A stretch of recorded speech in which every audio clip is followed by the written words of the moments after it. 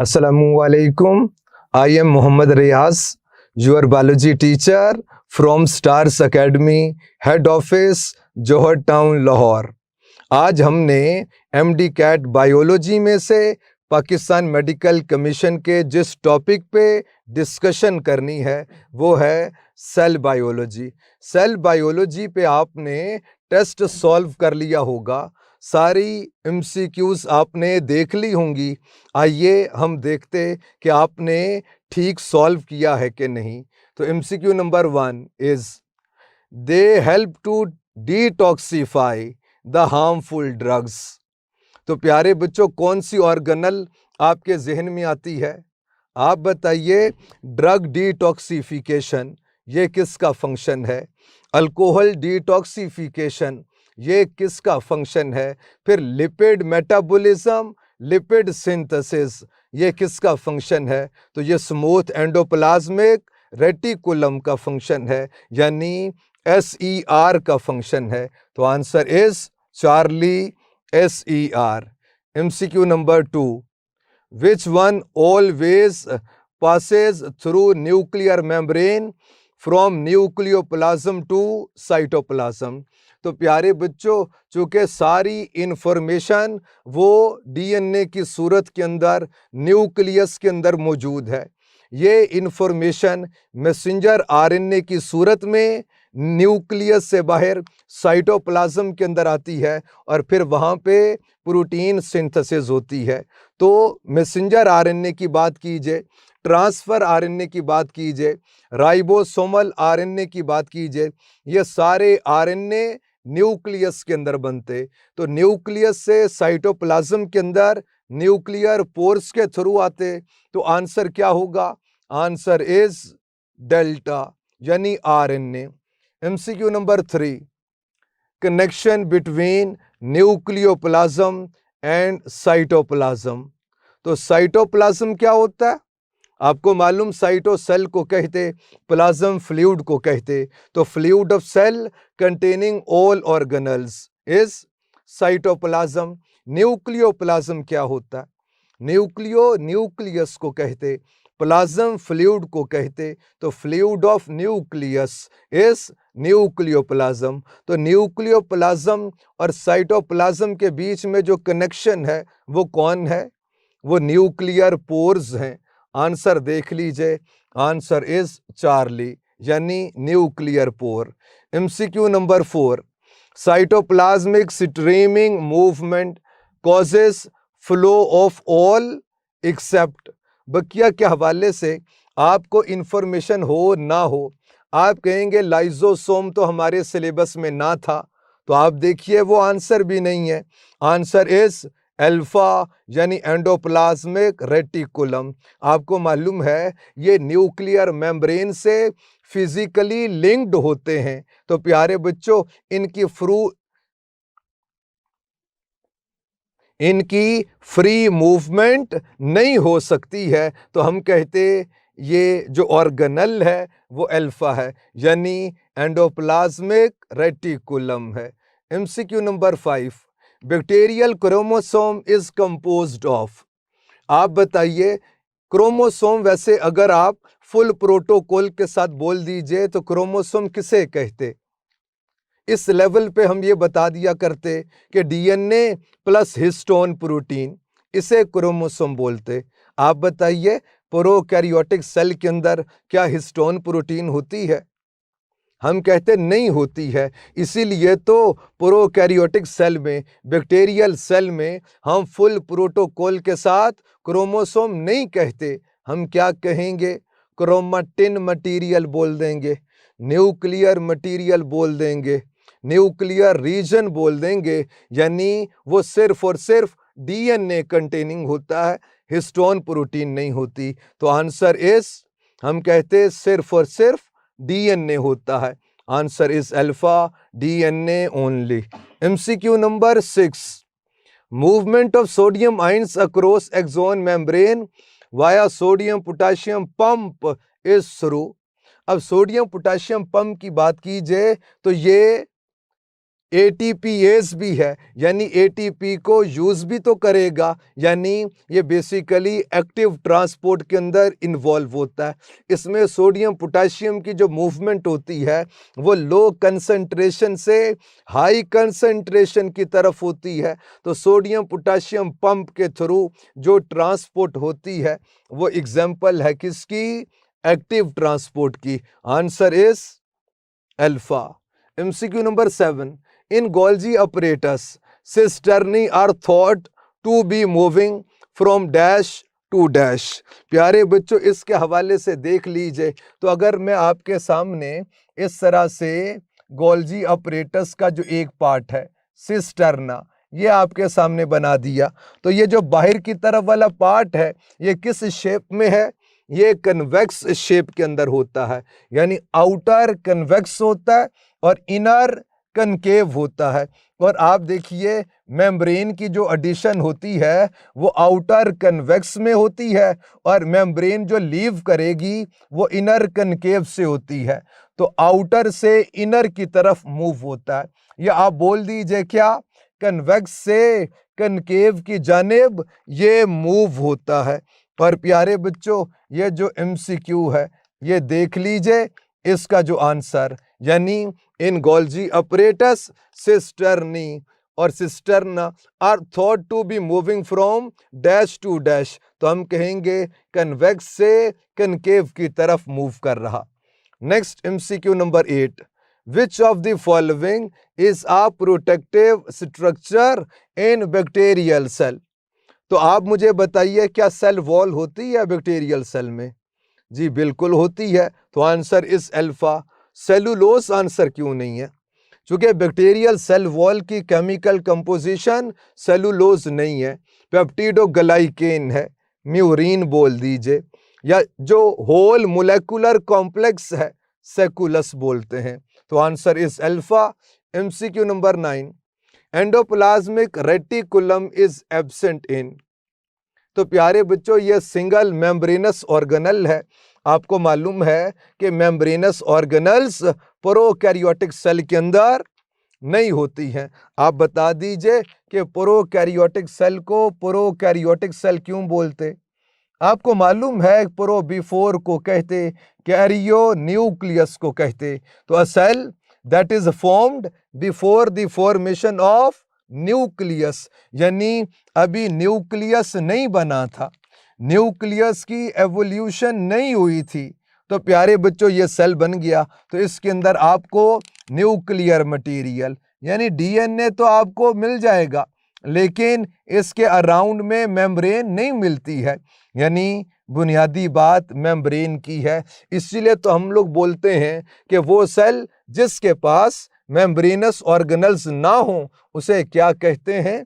उसे prokaryotic cell कहते हैं। आंसर देख लीजिए, answer is beta.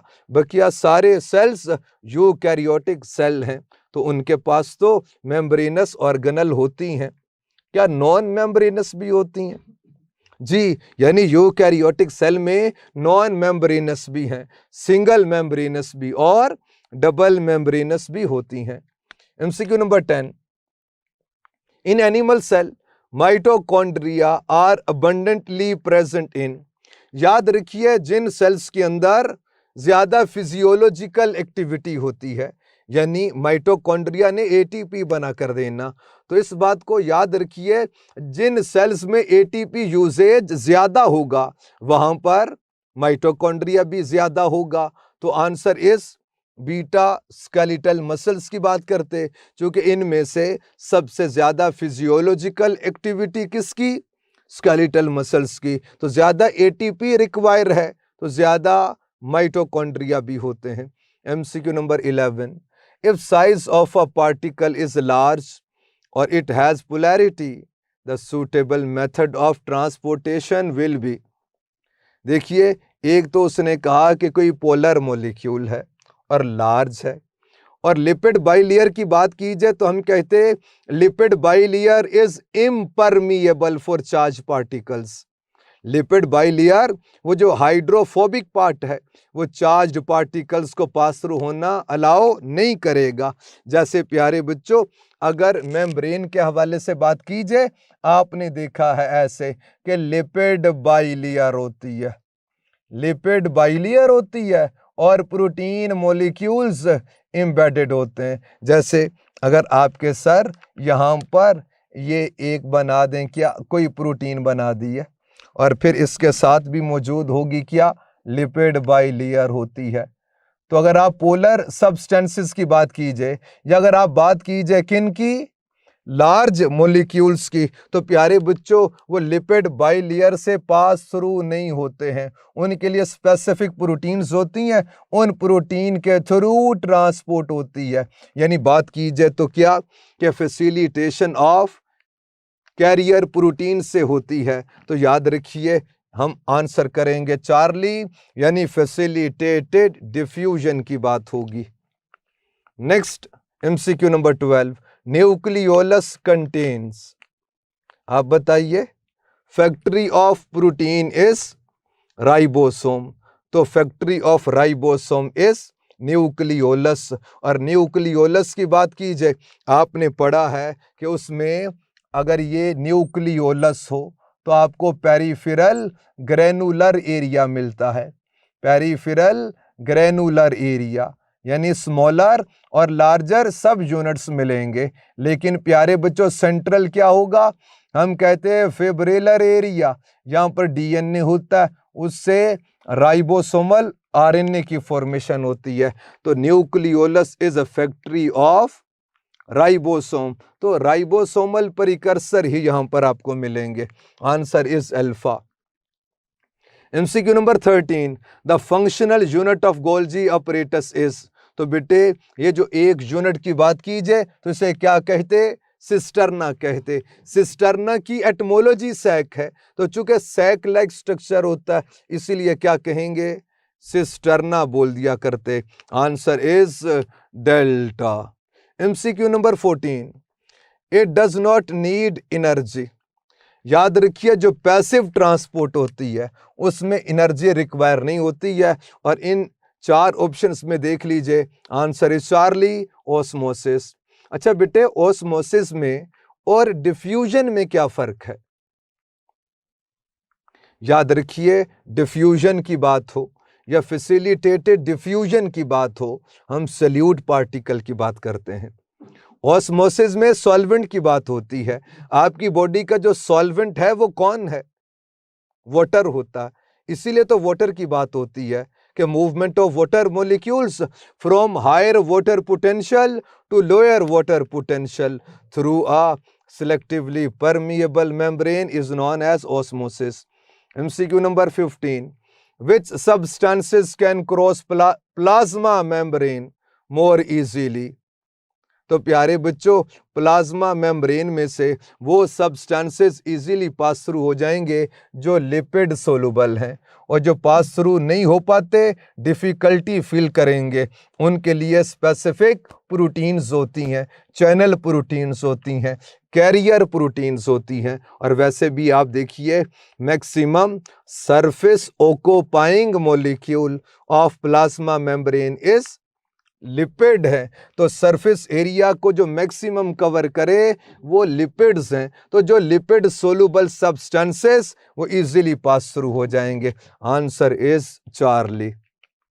MCQ number 16, outer and inner membrane of mitochondria are structurally and functionally similar, नहीं बेटे ये डिसिमिलर होती हैं। यानी अगर आप माइटोकॉन्ड्रिया के हवाले से बात कीजिए, आउटर मेम्ब्रेन स्मूथ है, inner membrane in folded form के अंदर होती है, और आउटर मेम्ब्रेन के हवाले से बात कीजिए तो हम कहते इसको तो सीव बोलते, बेतहाशा पोरिन प्रोटीन होती है, यानी वो सेलेक्टिवली परमिएबल भी नहीं है।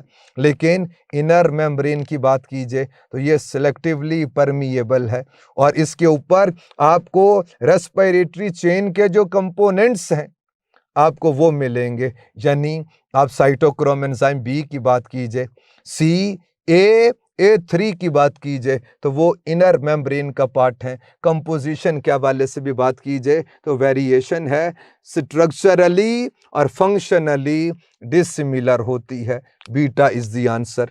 MCQ number 17, which one is a self replicating organelle. Self replicating organelle के हवाले से बात की जाए तो याद रखिए वो ऑर्गेनल जिनके अंदर DNA मौजूद होता है, वो ऑर्गेनल जिनके पास राइबोसोम भी होते हैं। तो चूंकि DNA से RNA की फॉर्मेशन होगी और RNA से फिर राइबोसोम की वजह से प्रोटीन सिंथेसिस भी हो जाएगी। तो ऐसे ऑर्गेनल जिनके पास DNA भी हो और राइबोसोम भी हों तो वो क्या है, सेल्फ रेप्लिकेटिंग ऑर्गेनल। और उसमें हम माइटोकॉन्ड्रिया का जिक्र करेंगे और क्लोरोप्लास्ट का जिक्र करेंगे। लेकिन इन गिवन ऑप्शंस में से चूंकि एक ही ऑप्शन माइटोकॉन्ड्रियन, यानी answer is delta. MCQ number 18, the size and number of mitochondria depend upon which factor of the cell. तो अभी बताया आपको कि इसमें हम लोग फिजियोलॉजिकल एक्टिविटी देखते हैं, यानी जो जिस कदर ज़्यादा फिजिकली फंक्शन कर रहा उसको ज़्यादा ATP रिक्वायर होगी और उसमें ज़्यादा माइटोकॉन्ड्रिया भी होंगे। तो यहाँ पर बात की जाए तो आंसर इस बीटा कि जिन सेल्स की, यानी मसल्स की बात कर लीजिए, फिजियोलॉजिकल एक्टिविटी ज़्यादा, ATP ज़्यादा रिक्वायर होगी, माइटोकॉन्ड्रिया ज़्यादा होते हैं। आपसे पूछ रहा हूँ कौन सी ट्रांसपोर्ट है जो माइटोकॉन्ड्रिया पे डिपेंड करती है? हम एक्टिव ट्रांसपोर्ट बोल देंगे क्योंकि ATP रिक्वायर होती है। Next MCQ number 19, ribosomes are assembled in, यानी इनकी फॉर्मेशन कहाँ पर होती है? तो प्यारे बच्चों हम कहते हैं factory of ribosome is nucleolus. Answer is nucleolus. लेकिन लार्जर और सब यूनिट जो अटैच होंगे और फंक्शनल फॉर्म के अंदर आएंगे वो साइटोप्लाज्म में। न्यूक्लियस के अंदर राइबोसोम मौजूद तो हैं और वो फैक्ट्री भी है, लेकिन वहाँ पर फंक्शनल नहीं है। राइबोसोम फंक्शनल फॉर्म में, यानी प्रोटीन सिंथेसिस कहाँ पर करेंगे? साइटोप्लाज्म के अंदर। MCQ number 20, all of the following are single membranous organelle except mitochondria. आपको मालूम है डबल मेम्ब्रेनस ऑर्गेनल है, तो answer is alpha. MCQ number 21, which of the following is not present in animal cell. Animal cell के अंदर इन चारों options में से क्या नहीं होगा? तो हम कहते हैं ग्लाइऑक्सिसोम। और ग्लाइऑक्सिसोम बहुत सारे प्लांट सेल्स के अंदर भी नहीं होता, ये उन्हीं सेल्स के अंदर होता है जहाँ पर ग्लाइऑक्सालेट साइकिल, यानी जहाँ पर स्टोर्ड फैटी एसिड हों और उन स्टोर्ड फैटी एसिड्स को कार्बोहाइड्रेट में कन्वर्ट करने के लिए रिक्वायर होता है क्या? ग्लाइऑक्सिसोम। तो आंसर इज बीटा। अब आप बोल देंगे कि सर ये जो ग्लाइऑक्सिसोम हैं ये सिर्फ और सिर्फ आपको प्लांट सेल के अंदर मिलेंगे, और प्लांट सेल के अंदर भी वो जो लिपिड रिच होते हैं। MCQ number 22 is which of the following eukaryotic organelle has symbiotic origin. Symbiotic origin endosymbiont hypothesis जो लिन मार्गुलिस साहिबा ने दिया वो याद तो आता होगा। और प्यारे बच्चों जिक्र करते हैं किसका? माइटोकॉन्ड्रिया का और क्लोरोप्लास्ट का। और गिवन ऑप्शन में देख लीजिए हम कहते हैं beta is the answer. MCQ number 23, which of the following organelle is not present in plant cell. Plant cell के अंदर इनमें से कौन सा ऑर्गेनल नहीं होगा? तो प्यारे बच्चों हम लोग बोलते अल्फा, यानी फ्लैजेला। आपने पढ़ा है flagella, lysosome, centrioles are not present in most of the plant cells. तो आंसर इज अल्फा। जो एक्सेप्शनल केसेस हैं उनकी बात नहीं करते। MCQ number 24, semi autonomous organelle is, जिसे हम अभी कुछ देर पहले सेल्फ रेप्लिकेटिंग बोलते हैं, ये बेसिकली सेमी ऑटोनोमस हैं, यानी सेल्फ डुप्लीकेटिंग तो हैं लेकिन कुछ इंफॉर्मेशन न्यूक्लियस से रिक्वायर होती है, इसीलिए बोलते हैं सेमी ऑटोनोमस ऑर्गेनल। शामिल है कौन? Mitochondria, and chloroplast? आंसर देख लीजिए, beta is the answer. MCQ number 25, prokaryotic cells have specialised material with them called as peptido glucose? नहीं, ये तो नहीं होता। पेप्टिडो अमाइनोज? नहीं होता। पेक्टिन भी नहीं है। हाँ, म्यूरिन होती है। जैसे इसी को तो पेप्टिडो ग्लाइकेन बोला फिर आपने, और म्यूरिन की एटमोलॉजी सिटी वॉल है। जैसे बैक्टीरिया को आप एक सिटी मान लें, उसके अराउंड में जो वॉल है उसे म्यूरिन कहते हैं, और जो होल मोलेकुलर कॉम्प्लेक्स है सेक्युलस। Answer is delta. MCQ number 26, ribosomes are present in? Answer is prokaryotic cell as well as eukaryotic cell. Viruses में तो नहीं होते ना, और बेटे दोनों में फर्क होता है। प्रोकैरियोटिक राइबोसोम 70S है, लेकिन यूकैरियोटिक 80S। लेकिन क्या 70S यूकैरियोटिक सेल में होते हैं? जी, हम लोग कहते माइटोकॉन्ड्रिया और क्लोरोप्लास्ट, इनके अंदर आपको 70S राइबोसोम मिलते। Answer is beta. यूकैरियोट्स के अंदर भी होते और प्रोकैरियोट्स के अंदर भी। MCQ number 27, which of the following organelle lack ribosome? Mitochondria के पास होते हैं, सेल्फ रेप्लिकेटिंग ऑर्गेनल है, DNA भी होता है, राइबोसोम भी है, इसीलिए खुद प्रोटीन भी बनाता है। न्यूक्लियस, और भाई न्यूक्लियोलस के अंदर ही तो बनते हैं, होते हैं। गोल्जी अपरेटस के पास नहीं होते। अगर गोल्जी अपरेटस के पास होते तो गोल्जी अपरेटस का भी ये फंक्शन होता, प्रोटीन सिंथेसिस, जो कि नहीं है। तो जो क्लोरोप्लास्ट है इसके पास भी DNA है। राइबोसोम सेल्फ रेप्लिकेटिंग ऑर्गेनल, तो answer is Charlie, Golgi apparatus के पास नहीं होते।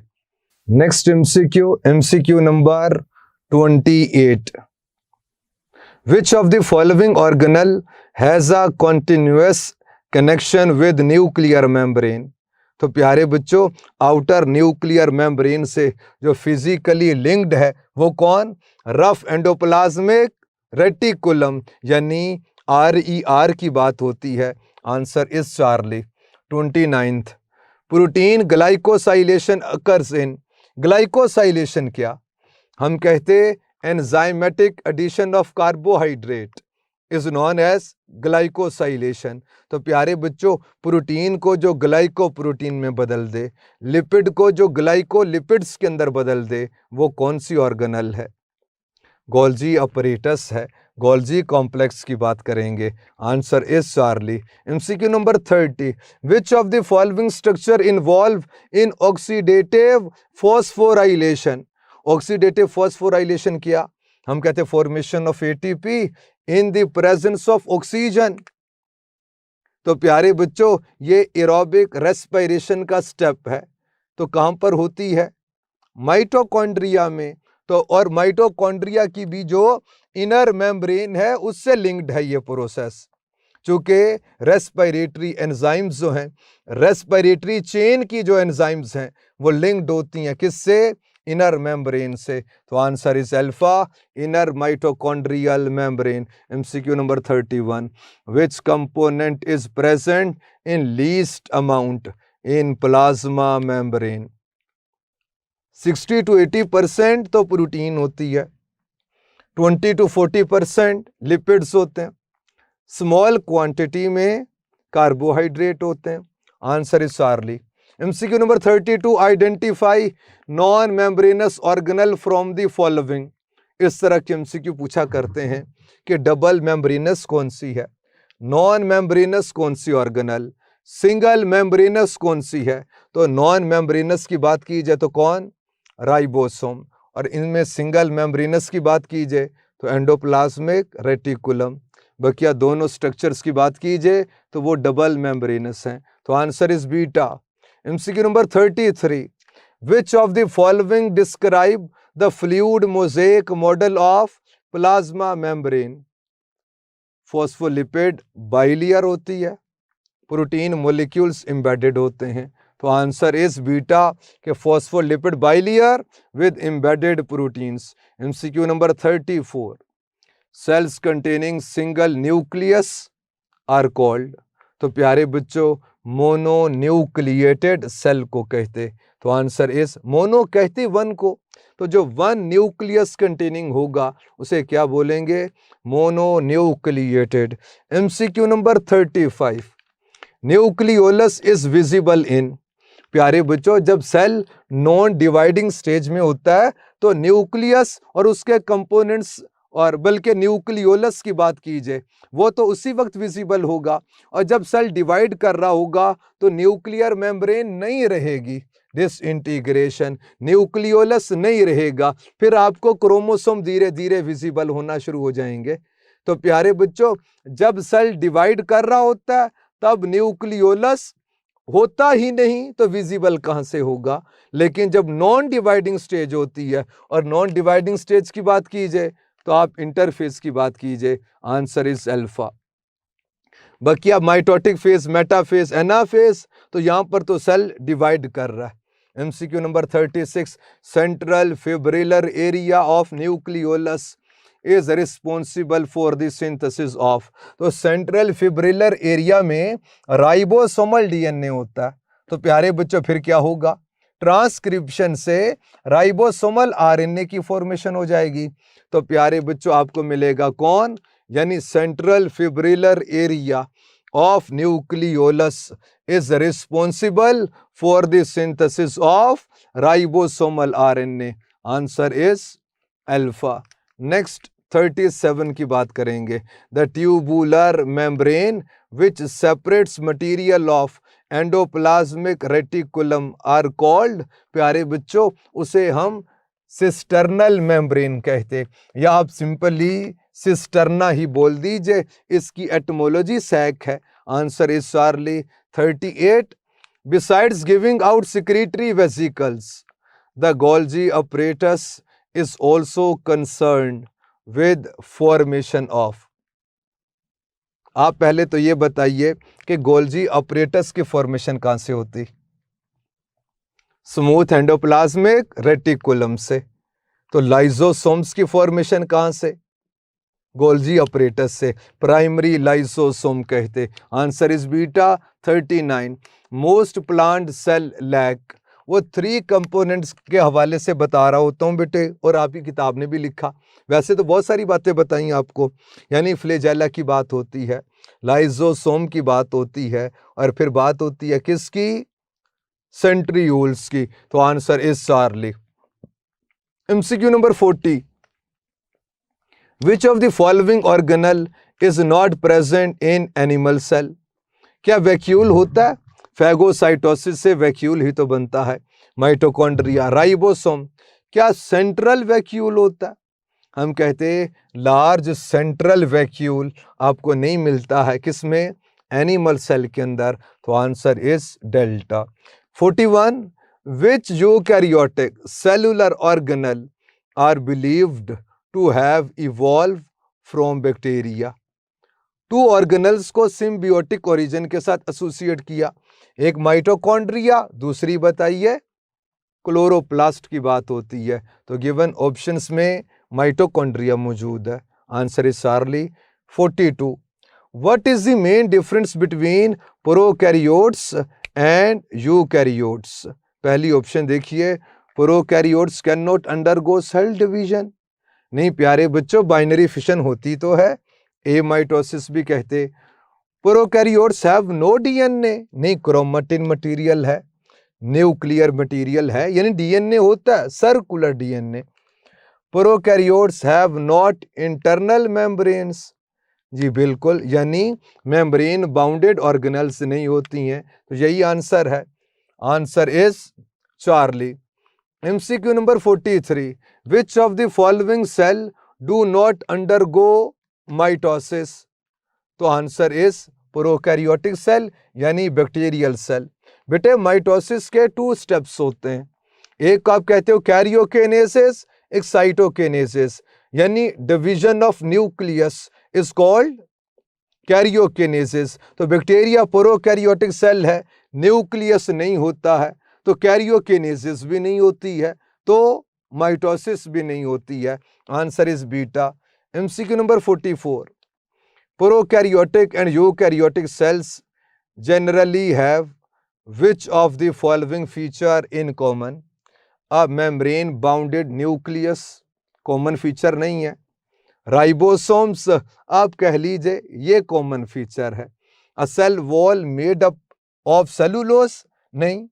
आप देखिए प्रोकैरियोटिक की पेप्टिडोग्लाइकिन और लीनियर क्रोमोसोम नहीं बेटे, जो यूकैरियोटिक सेल हैं उसमें तो लीनियर क्रोमोसोम है, लेकिन प्रोकैरियोटिक सेल में सर्कुलर डीएनए, तो आंसर इज बीटा। अगरचे राइबोसोम के हवाले से वेरिएशन भी है, लेकिन राइबोसोम्स होते तो हैं। 45 लिपिड बाइलेयर इज हाइड्रोफिलिक होती है कि हाइड्रोफोबिक? तो प्यारे बच्चों याद रखना, इसका जो हेड होता है वो क्या? हाइड्रोफिलिक होता है, और इसकी जो टेल होती है वो क्या? हाइड्रोफोबिक होती है। और फिर ये जो हेड है ये क्या? हाइड्रोफिलिक है। इसीलिए आप देखिए कि सेल के अंदर से भी हाइड्रोफिलिक पार्ट को जो फेस कर रहा है वो हेड है, टेल उससे अवे है। बाहर पर भी जो वाटर है, एक्स्ट्रा सेलुलर फ्लूइड, उसको भी जो फेस कर रहा है वो कौन है? हेड है, टेल उससे अवे होती है। दोनों बातें हैं, यानी hydrophilic, hydrophobic. Beta is the answer. MCQ number 46, the number of nuclear pores depends on the dash size of the cell. नहीं, अब मसल फाइबर की बात की जाए, साइज लार्ज है तो न्यूक्लियर पोर्स इस पे डिपेंड नहीं करते। DNA content of the cell, नहीं, ये चीज है कि भाई कितना आरएनए बन के न्यूक्लियर पोर से बाहर जाना है। क्योंकि अनडिफरेंशिएटेड सेल ने जब डिफरेंशिएटेड फॉर्म के अंदर आना होता है तो फिर डीएनए से बहुत सारा मैसेज और मैसेंजर आरएनए की सूरत के अंदर वो न्यूक्लियर पोर से बाहर आता है। तो प्यारे बच्चों, जिन सेल्स के अंदर ट्रांसक्रिप्शनल एक्टिविटी यानी ट्रांसक्रिप्शन ज्यादा हो रही होगी, यानी डीएनए से messenger RNA, transfer RNA, ribosomal RNA की फॉर्मेशन हो रही होगी, तो उन आरएनएस को बाहर निकलने के लिए न्यूक्लियर पोर्स भी ज्यादा रिक्वायर होंगे। Answer is Charlie. MCQ number 47, which component present in excess amount in plasma membrane? 60 to 80% कौन है? हम कहते protein. 20 to 40% lipids. Small quantity में, स्मॉल अमाउंट में कौन है? कार्बोहाइड्रेट। तो प्यारे बच्चों, जो मोस्ट अबंडेंट कंपोनेंट है वो प्रोटीन्स हैं, चार्ली। लेकिन maximum surface occupying molecule is lipid. MCQ number 48, food is converted to energy in power house of the cell, यानी माइटोकॉन्ड्रिया की बात होती है। Delta is the answer. MCQ number 49, the movement of molecules in the cell by forming food vacuole is called? वैसे तो phagocytosis बेहतरीन था, लेकिन गिवन ऑप्शन में endocytosis is the answer. Last MCQ, MCQ number 50, which of the following molecules would not be found in bacterial plasma membrane? तो प्यारे बच्चों, ये प्रोकैरियोटिक प्लाज्मा मेम्ब्रेन और यूकैरियोटिक प्लाज्मा मेम्ब्रेन में जो डिफरेंस आपको बताया था वो क्या? हम कहते प्रोकैरियोटिक प्लाज्मा मेम्ब्रेन में कोलेस्टेरॉल नहीं होता है। आंसर देख लीजिए, आंसर इज डेल्टा। इसे पढ़ लीजिएगा, कोई बात ना समझ आए पूछ लीजिएगा। Thank you, Allah Hafiz.